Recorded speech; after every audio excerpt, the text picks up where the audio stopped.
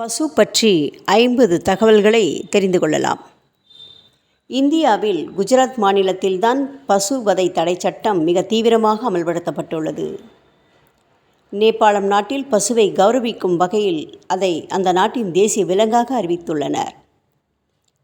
பகவான் கண்ணபிரானுக்கு மிக மிக பிடித்தது பசுதான். எனவேதான் அவர் தன்னை கோபாலகிருஷ்ணன் என்று அழைக்கும்படி கூறினார்.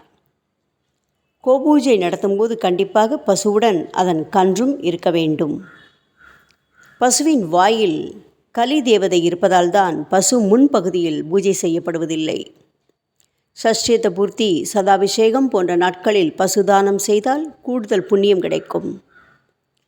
ஒரு பசு முதல் கன்று பிரசவித்ததும் அதை தேனு என்பார்கள். இரண்டாவது கன்று பிரசவித்ததும் அதற்கு கோ என்று அழைப்பார்கள். எனவே இரண்டாவது கன்று பிரசவித்த பசுவைத்தான் கோபூஜைக்கு பயன்படுத்துவார்கள். காமதேனு பசு உலகிற்கும் தாயாக கருதப்படுகிறது. பசுவின் கால் தூசி நம் மீது படுவது கங்கையில் புனித நீராடலுக்கு சமம் என்று புராணங்களில் கூறப்பட்டுள்ளது. பசுவுக்கு தினமும் பூஜை செய்வது என்பது பராசக்திக்கு பூஜை செய்வதற்கு சமம். பசுவின் உடலில் 33 கோடி தேவர்களும் 48,000 ரிஷிகளும் அஷ்டவசுக்களும் நவக்கிரகங்களும் ஆட்சி செய்கின்றன. கோபூஜை செய்வதால் கிடைக்கும் உடனடி நன்மை என்ன தெரியுமா? பண கஷ்டம் நீங்கும். பசுவை 108 போற்றி சொல்லி வழிபட்டால் பல புராதன கோவில்களுக்கு சென்று வந்த பலன் நிச்சயம் உண்டு. வீட்டில் பசு வளர்ப்பது செல்வ செழிப்பை உண்டாக்கும். பசுவுக்கு அகத்திக்கீரை கொடுக்க இயலாவிட்டால் வாழைப்பழம் வாங்கி கொடுக்கலாம். பசுக்கள் தங்களுக்கு என்ன வேண்டும் என்பதை கேட்க முடியாது. எனவே குறிப்பறிந்து பசுக்களுக்கு உதவ வேண்டும்.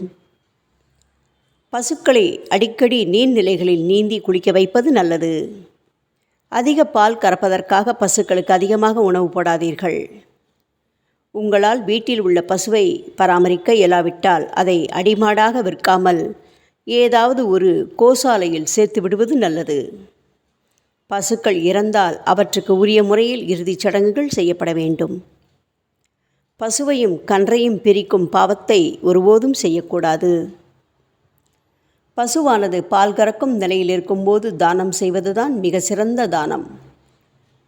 பால் கறக்கும் பாத்திரமும் கொடுப்பது இன்னும் சிறப்பானது. சிலர் பசுவுடன் காளையையும் சேர்த்து தானம் அளிப்பார்கள். இந்த தானம் கூடுதல் பலன் தரும். ஒரு காரியம் வெற்றி அடைய வேண்டும் என்று விரும்புகின்றவர்களாக இருந்தால் நீங்கள் அதற்காக கோதானம் செய்து பாருங்கள், நிச்சயம் வெற்றி கிடைக்கும். பசு தானம் வாங்குபவர்கள் 1,00,000 தடவை காயத்ரி மந்திரம் சொன்னால் சுமை குறையும். ஏதாவது மங்கள நிகழ்ச்சி நடக்கும்போது பசுதானம் செய்தால் அதற்குரிய நன்மை கிடைக்கும். பசுதானம் கொடுக்கும்போது ஜெர்சி இன பசுக்களை தானம் வழங்கக்கூடாது. நாட்டு பசுவையே தானமாக கொடுக்க வேண்டும். சனீஸ்வரன் பகவானுக்கு காராம் பசு தானம் கொடுப்பது நல்லது. சூரிய பலம் பெற விரும்புகின்றவர்கள் சிவப்பு நிற பசுவை தானமாக கொடுக்க வேண்டும். பசுவை மாடு என்று அழைக்காமல் பசுத்தாய், கோமாதா என்று அழைத்தால் சொர்க்கத்தில் இடம் கிடைக்கும். நன்றாக பால் கறக்கும் பசுக்களை காசியில் தானம் செய்தால் அவர்களது 7 தலைமுறை பலனடையும். ராமேஸ்வரத்தில் காராம் பசு தானம் செய்வதால் ஆண் வாரிசு கிடைக்க வாய்ப்புள்ளது. ஒரு பசுவை ஒருவருக்கு மட்டுமே தானமாக கொடுக்க வேண்டும். மரணப்படுக்கையில் இருக்கும் ஒருவர் அவரது பாவங்கள் நீங்கி நற்கதி அடைய பசுதானம் செய்வதை நம் முன்னோர்கள் வழக்கமாக வைத்திருந்தனர். பித்ரு பூஜை செய்யும்போது பசுதானம் கொடுப்பது மிகுந்த நன்மை தரும். ஒரு பெண் ருதுவானதும் தோஷங்கள் நீங்க பசுக்களை தானம் செய்யலாம். கோவில்களில் விளக்கேற்ற பசுக்களை குறிப்பிட்ட எண்ணிக்கையில் தானம் செய்வதை ஆதி தமிழர்கள் வழக்கத்தில் வைத்திருந்தனர். பசு தானம் அடிக்கடி செய்வது வம்ச விருத்தியை உறுதி செய்யும் என்று தர்மசாஸ்திரம் கூறுகிறது. பசுவையும் கன்றையும் யார் ஒருவர் நன்கு பராமரிப்பு செய்கின்றாரோ அவரது 21 தலைமுறைக்கு நற்கதி உண்டாகும். கடுமையான நோயால் பாதிக்கப்பட்டவர்கள் கருப்பு நிற பசுவை தானம் செய்தால் பரிகாரம் உண்டாகும்.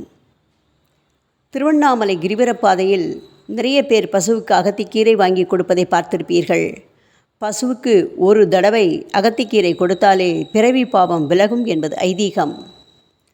நம் வீட்டில் பசு வளர்க்க வாய்ப்பு இல்லையெனில் பசு வைத்திருப்பவர்களுக்கு நாமாக உதவ வேண்டும்.